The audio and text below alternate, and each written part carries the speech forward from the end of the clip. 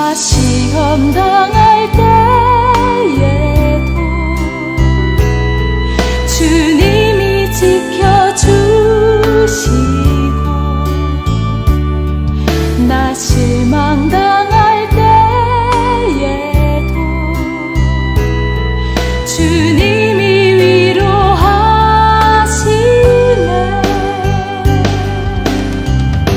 주님만이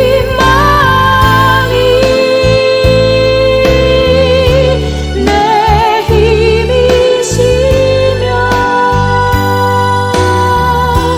오 주님만이 날 도우시네. 오 나의 주님, 내 아버지여, 오 나의 주님, 내 사랑이여.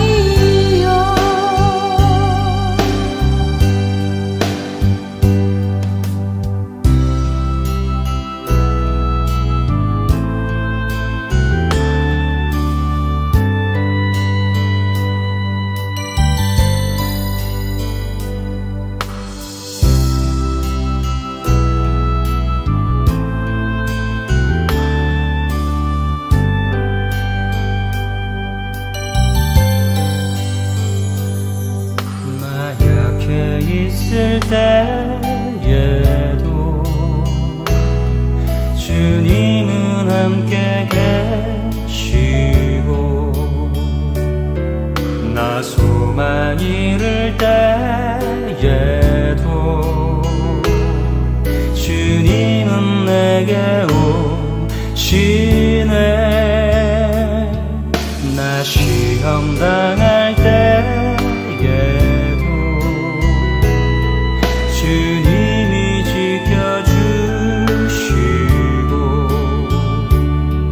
나 실망 당할 때에도 주님이 위로하시네.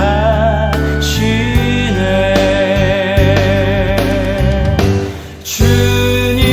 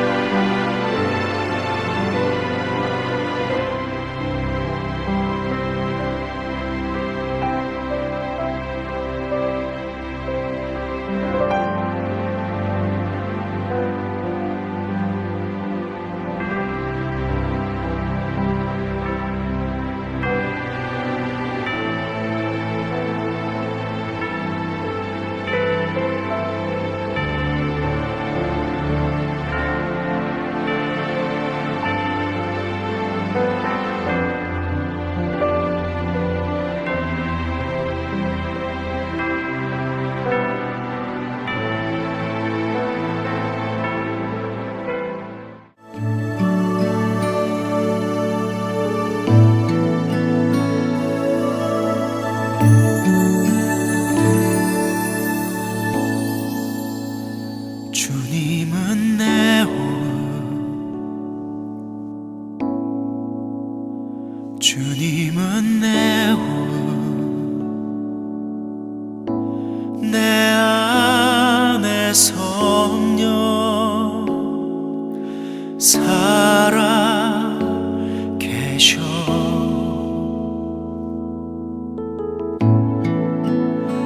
말씀은 내 양식, 말씀은 내 양식, 생명의 말씀 나누시네. 오 나의 주, 난 갈망해요.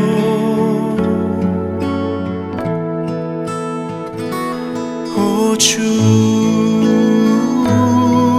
없이 난 살 수 없네.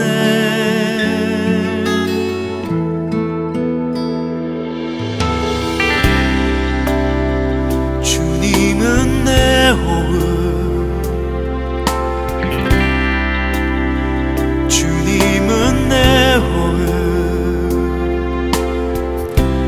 내 안에 성령 살아 계셔.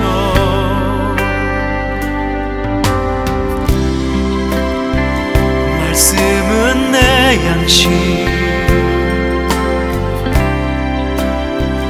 말씀은 내 양식, 생명의 말씀 나누시네. 오 나의 주, 난 갈망해요.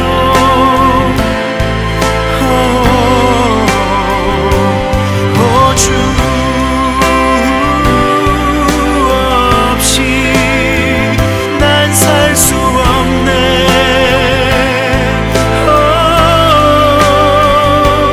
오 나의 주, 난 갈망해요.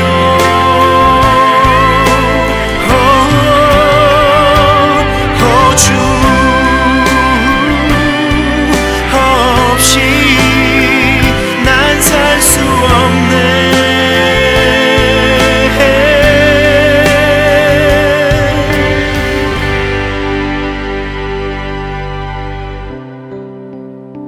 주님은 내 호흡, 주님은 내 호흡.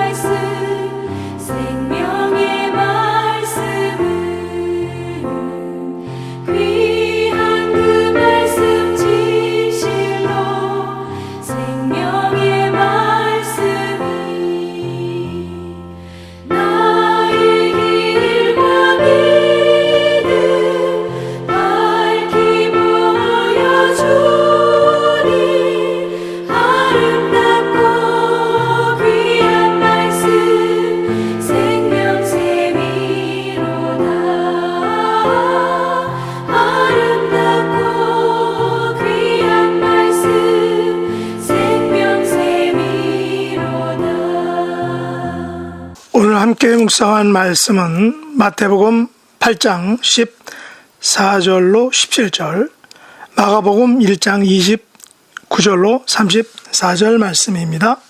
14절, 예수께서 베드로의 집에 들어가사 그의 장모가 열병으로 앓아누운 것을 보시고 그의 손을 만지시니 열병이 떠나가고 여인이 일어나서 예수께 수종 들더라. 저물매 사람들이 귀신 들린 자를 많이 데리고 예수께 오거늘 예수께서 말씀으로 귀신들을 쫓아내시고 병든 자들을 다 고치시니 이는 선지자 이사야를 통하여 하신 말씀에 우리의 연약한 것을 친히 담당하시고 병을 짊어지셨도다 함을 이루려 하심이더라. 누가복음 1장입니다. 29절, 회당에서 나와 곧 야고보와 요한과 함께 시몬과 안드레의 집에 들어가시니 시몬의 장노가 열병으로 누워 있는지라. 사람들이 곧 그 여자에 대하여 예수께 여짜온대 나아가사 그 손을 잡아 일으키시니 열병이 떠나고 여자가 그들에게 수종드니라. 저물어 해질 때 모든 병자와 귀신 들린 자를 예수께 데려오니 온 동네가 그 문 앞에 모였더라. 예수께서 각종 병이 든 많은 사람을 고치시며 많은 귀신을 쫓아내시되 귀신이 자기를 알므로 그 말하는 것을 허락하지 아니하시니라. 아멘. 오늘 말씀의 제목은 연약한 것을 친히 담당하신 분이라는 것입니다. 오늘은 베드로의 장모의 치유 사건에 대해서 살펴보겠습니다.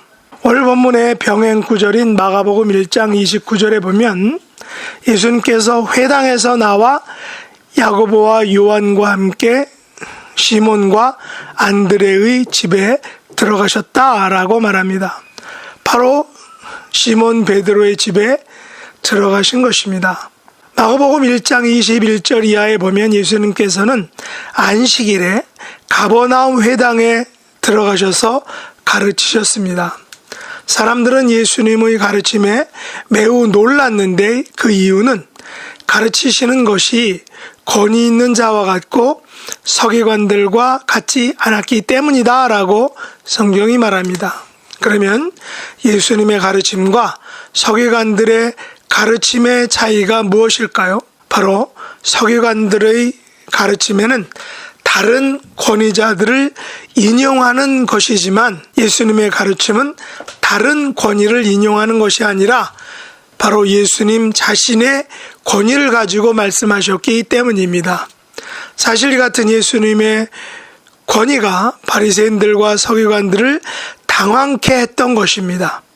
예수님께서는 당신이 말씀하신 것이 곧 권위 그 자체였기 때문인 것입니다. 마침 회당에 더러운 귀신 들린 사람이 소리를 질렀습니다. 그런데 귀신 들린 사람이 예수님의 권위를 인정하는 듯한 말을 한 것입니다. 나사렛 예수여, 우리가 당신과 무슨 상관이 있나이까? 우리를 멸하러 왔나이까? 나는 당신이 누구인 줄 아노니 하나님의 거룩한 자니이다. 여기 보면 회당에 귀신 들린 사람이 바로 예수님을 안다. 예수님은 바로 하나님의 거룩한 자다라고 예수님의 권위를 이 귀신 들린 사람이 인정한 것입니다. 그러자 예수님께서 잠잠하고 그 사람에게서 나오라 라고 아주 권위 있게 또 말씀하셨습니다. 명령하신 것이죠. 결국 더러운 귀신이 그 사람에게 경련을 일으키고 큰 소리를 지르며 나왔습니다. 이 놀라운 광경을 목격한 사람들은 이는 어찌미뇨 권위 있는 새 교훈이로다. 더러운 귀신들에게 명한즉 순종하는도다 라고 하며 매우 놀라워했다는 것입니다. 이 소문은 온 갈릴리 지방에 순식간에 퍼지게 되었습니다. 이날 안식일 날 가버나움 회당에서 벌어진 권위 있는 예수님의 가르침과 더러운 귀신을 쫓아내신 일을 마치시고 예수님은 제자들과 함께 베드로의 집에 가신 것입니다. 아마도 예수님께서는 가르치시고 귀신을 쫓아내시는 사역으로 육신적으로 매우 피곤하셨을 것입니다. 이에 베드로는 자신의 집을 오픈하여 예수님과 자신을 포함하여 4명의 제자들을 초대한 것입니다. 그런데 이게 웬일인가요? 제자들과 함께 베드로의 집에 들어서신 예수님의 눈에는 열병으로 누워있는 베드로의 장모가 보인 것입니다. 이 열병은 중한 병이었습니다. 이 열병은 아마도 장티푸스나 콜레라일 것입니다. 옛날에는 많은 사람들이 이런 열병으로 죽었습니다. 베드로의 장모의 열병은 단순히 감기 정도의 병이 아니었던 것입니다. 장티푸스는 4주 만에 그 생명이 결정된다고 합니다. 열이 40도를 오르내리며 펄펄 끓다가 4주를 견디면 사는 것이고 견디지 못하면 죽게 된다라는 것입니다. 물론 열병이 잘못하면 죽을 수도 있는 병이지만 주님은 이보다 더한 병들도 고쳐주셨습니다. 그러므로 단순히 병을 고쳤다는 사건보다 더 중요한 것은 그 치유의 당사자가 그 치유함을 받은 사람이 베드로의 장모였다라는 사실입니다. 베드로는 자기의 처의 어머니인 장모님을 모시고 있는 것입니다. 장모가 단지 놀러 왔다가 병에 든 것은 아마도 아닐 것입니다. 그래서 우리는 이런 상상을 해볼 수 있을 것입니다. 베드로는 배를 한 채 가진 어부였습니다. 어느 정도 어부로서의 삶을 꾸려나갈 수 있는 아마도 오늘날 중산층 어부였을 것입니다. 베드로는 장가를 들었습니다. 베드로의 장모는 아마도 딸을 보기 위해 사위 집에 온 것입니다. 그러나 장모는 지금 열병에 걸려 몸져 누워 있습니다. 그러면 왜 장모는 딸네 집에 와서 열병에 걸려 누워 있는 것일까요? 아마도 장모는 또 다른 어부의 아내로서 남편과 딸과 함께 살았을 것입니다. 그러다가 장성한 딸을 출가시키고 남편과 함께 살았는데 그만 남편을 잃고 만 것이죠. 어느 나라나 어촌, 어부들이 사는 부락에 가보면 거기에는 과부들이 많다라고 하죠. 왜냐하면 고기잡이를 나간 어부들이 바다에 나가 영영 돌아오지 못하기 때문인 것입니다. 풍랑이 심하게 일어 배가 뒤집히고 배와 함께 어부들이 실종되는 것입니다. 아마도 베드로의 처갓집도 이와 같은 상황이 아니었을까 한번 상상해 봅니다. 장인어른이 없는 장모님을 자기 집에 모시고 살았을 것이라고 우리가 생각할 수 있습니다. 그런데 한창 어부의 삶을 살고 있는데 어느 날 갑자기 예수님께서 나타나셔서 베드로와 안드레를 제자로 삼으셨습니다. 그리고 그 옆집 야고보와 요한을 제자로 부르셨습니다. 이들은 예수님을 따라 나가 제자가 된 것입니다. 이에 베드로의 장모와 처는 남겨진 어부의 삶을 꾸려 나가야 했을 것입니다. 비가 오는 날에도 배로 고기를 잡아야 했을지 모릅니다. 사람이 비를 많이 맞으면 감기가 들고 심하면 독감이 되는 것입니다. 밖에 나가서 그물을 깁고 수리하려면 날이 저물도록 그것을 해야 하는데 그러다가 모기에 물리기도 십상입니다. 바로 그것이 말라리아에 걸리게 했을 수 있습니다. 그런데 베드로의 장모가 열병으로 누워있는 것을 예수님께서 보셨는데 마침 사람들이 예수님께 베드로의 장모의 열병을 고쳐달라고 예수님께 부탁한 것입니다. 예수님께서는 그녀의 손을 만지셨습니다. 그러자 그녀의 열병이 떠나간 것입니다. 고침받은 장모는 일어나서 예수님께 수정들었다라고 말합니다. 예수님과 자기의 사이 그리고 제자들에게 맛있는 음식을 대접했다는 것입니다. 마태복음 기자는 예수님께서 장모의 손을 만지시니 열병이 떠나갔다라고 기록했고, 마가복음 기자는 예수님께서 장모의 손을 잡아 일으키시니 열병이 떠나갔다라고 했습니다. 누가복음 기자는 예수님께서 서서 열병을 꾸짖으시니 병이 떠났다라고 기록하고 있습니다. 예수님께서는 오늘날도 우리의 열병을 고쳐주십니다. 우리의 병든 몸을 만지심으로 고쳐주십니다. 우리의 병든 몸을 잡아 일으키심으로 고쳐주십니다. 우리의 병에게 꾸짖으심으로 고쳐주십니다. 분명한 것은 나의 병이 무엇이든지 예수님께서는 나를 만져주심으로, 나를 터치해 주심으로, 나를 잡아 일으키심으로, 나의 질병에게 명령하심으로, 떠나가라 명령하심으로 낫게 해주신다라는 사실입니다. 열병에서 고침받은 장모는 일어나서 예수님과 제자들에게 맛있는 음식을 제공하였습니다. 그날 예수님과 제자들은 베드로의 아내와 장모님의 음식 솜씨 덕분에 오랜만에 맛난 음식으로 배불리 먹게 되었습니다. 예수님께서는 베드로의 처와 그의 장모가 만들어준 맛난 요리를 먹으심으로 그날 가버나움 회당에서 오랫동안 가르치시고 또 치유사역으로 인하여 많은 사람들을 고쳐주셨는데, 그 고쳐주신 사역으로 몸과 마음이 피곤하고 지쳐 있었는데 그 맛난 음식을 먹음으로 새로운 힘이 충전되는 것을 느끼셨을 것입니다. 맛난 음식을 먹고 나니 날이 저물어 해가 지고 있었습니다.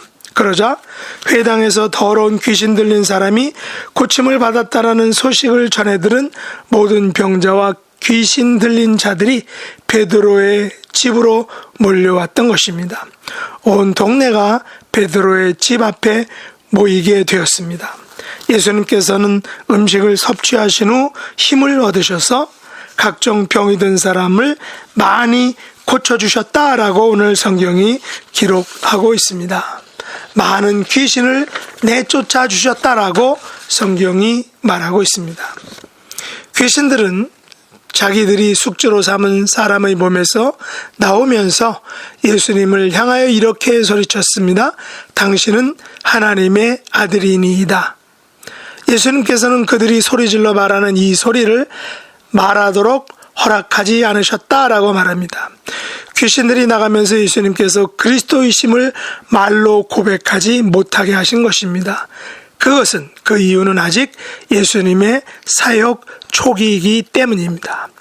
예수님께서는 아직도 12명의 제자들을 부르시지 못한 상황입니다. 아직도 하나님 나라에 대한 가르침과 교훈이 완벽하게 이루어지지 않은 상태입니다. 예수님께서는 바리새인들과 서기관들처럼 드러나는 권위의 자리에 앉기보다는 나중에 져야 할 십자가가 예수님께는 남아 있었기 때문입니다. 아직도 고쳐주어야 할 수많은 사람들이 예수님을 기다리고 있었기 때문입니다. 예수님께서는 너무 일찍 자신의 존재가 세상에 드러나게 되면 바리새인들과 서기관 그리고 대제사장들로부터 심한 견제와 핍박이 들어오게 된다면 하나님 나라에 대한 가르침과 또 수많은 사람을 고치는 치유 사역을 통한 하나님 나라를 전파하고 실행하는 것에 방해가 되기 때문에 자신의 존재를, 자신이 메시아라는 사실을 사역 초기에는 그렇게 드러내기를 꺼려하셨던 것입니다. 왜냐하면 많은 하나님 나라에 대한 가르침, 많은 치유 사역을 해야 감당해야 하기 때문인 것입니다. 귀신들은 숙주의 몸에서 쫓겨나면서 예수님께서 그리스도인 줄 안다라고 말하며 나갔지만 남아있는 사람들에게는 예수님께서 그리스도라는 사실을 단순히 아는 것이 필요한 것이 아니라 이제 얼마 후에 3년 후에 있게 될 예수님께서 사람들을 위하여 십자가에서 죽으셨다는 그 예수님의 그 사랑을 보고 느끼고 알아야 했기 때문인 것입니다. 우리들에게 있어서 가장 중요한 것은 예수님께서 하나님의 아들이시다라는 그런 단순한 지식보다 예수님께서 베드로의 장모를 만져주심으로 고쳐주셨다. 예수님께서 많은 귀신 들린 자들이 예수님의 고쳐주심을 받았다. 예수님께서 죄인들을 위하여 십자가에서 물과 피를 흘리시고 돌아가셨다라는 이 구속의 완성의 사역이 더 중요하다라는 사실입니다. 죽을 수 있는 심한 열병에서 고침을 받은 베드로의 장모는 병에서 나음을 받자 예수님과 제자들을 맛있는 음식으로 섬겼습니다. 예수님으로부터 고침받은 수많은 귀신 들린 사람들은 자기를 고쳐주신 예수님을 위하여 아마도 봉사하는 삶을 살았을 것입니다. 그들은 각자 가정에서 직장으로 돌아가서 예수님에 대한 이야기를, 또한 예수님의 그 가르치심과 예수님이 고쳐주신 것에 대한 이야기들로 꽃을 피웠을 것입니다. 이것이 바로 선교적인 삶인 것입니다. 오늘날 우리의 신앙생활도 단지 귀신들처럼 예수님께서 그리스도라는 사실을 아는 것으로 끝나지 않고 베드로의 장모처럼 예수님과 교회를 위하여 충성을 다하여 섬기는 삶을 살아가야 하는 것입니다. 죽을 수 있었던 열병에서 고침받은 베드로의 장모가 예수님과 제자들을 만난 음식으로 섬겼던 것처럼 사망과 죽음에서 구원받은 우리들도 예수님과 하나님 나라를 위하여 몸과 마음과 물질로, 그리고 우리가 가진 것들로 하나님을, 또 하나님의 교회를 섬기고 헌신하는 삶을 살아가야 한다라는 사실입니다. 우리의 남은 삶에서 예수님께서 하나님의 아들 그리스도라는 사실을 아는 것보다 우리를 만지시고 내 손을 잡아 일으켜 주시고 나를 괴롭혔던 사망의 질병들을 꾸짖어 떠나가게 해주신 그 예수님의 은혜와 사랑에 감사드리고 그 예수님을, 또 하나님의 교회를 섬기는 삶을 살아가야 하는 것입니다. 우리도 예수님처럼 세상의 열병에 걸려 죽어가는 사람들을 만져주고 그들의 손을 잡아 일으켜주고 그들의 세상 열병을 꾸짖어 쫓아내어주는 예수님이 하셨던 예수님의 좋은 사역자들이 될 수 있기를 예수님의 이름으로 축복합니다. 기도하겠습니다. 하나님 아버지, 저희들은 세상의 열병에 시달리고 있으니 긍휼히 여겨주시기를 원합니다. 특별히 2019 코로나 팬데믹으로 시작된 이 열병은 최근 인플레이션으로 인한 모든 영역에서 열병으로 나타나고 있습니다. CDC 보고에 따르면 2020년에 미국에서 총기 관련 사고로 사망한 사람은 살인 및 자살을 합해 43,595명이었다라고 합니다. 아시안 증오범죄는 날마다 끊이지 않고 일어나고 있습니다. 하나님 아버지, 이 모든 것들이 저희들의 죄악으로 인함을 고백합니다. 믿는 사람들이 세상의 열병을 터치하지 못하고 방차에 나타난 비극임을 고백합니다. 예수님의 마음으로 이름 없는 병자들을 만져서 고쳐주고 그들에게 예수님의 사랑을 전함으로 세상의 열병을 치유하는 하나님의 거룩한 백성들이 다 될 수 있도록 은혜 베풀어 주옵소서. 우리의 믿음의 지체들 가운데 베드로의 장모처럼, 또한 모든 귀신 들린 병자들처럼 여러 가지 영육간의 육신의 연약함으로 고통받는 모든 하나님의 믿음의 권속들, 하나님의 능력의 손으로, 치유의 광선으로 터치해 주시고 어루만져 주시고 예수님의 보혈로 덮어주셔서 그 연약함 가운데서, 그 질병 가운데서 회복됨을, 고침을 받는 놀라운 은혜와 긍휼과 역사를 이루어 주시옵소서. 예수님의 이름으로 간절히 기도드렸나이다. 아멘. 주가 일하시네 주가 일하시네 주께 아끼지 않는 자에게 주가 일하시네 주가 일하시네 신뢰하며 걷는 자에게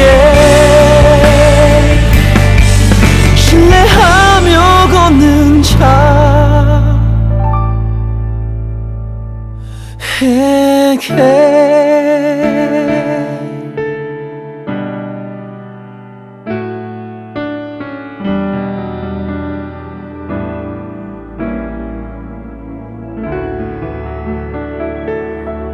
하늘에 계신 우리 아버지여, 이름이 거룩히 여김을 받으시오며 나라의 임하옵시며 뜻이 하늘에서 이룬 것 같이 땅에서도 이루어지이다. 오늘날 우리에게 일용할 양식을 주옵시고 우리가 우리에게 죄 지은 자를 사하여 준 것 같이 우리 죄를 사하여 주옵시고 우리를 시험에 들게 하지 마옵시고 다만 악에서 구하옵소서. 대개 나라와 권세와 영광이 아버지께 영원히 싸움나이다. 아멘.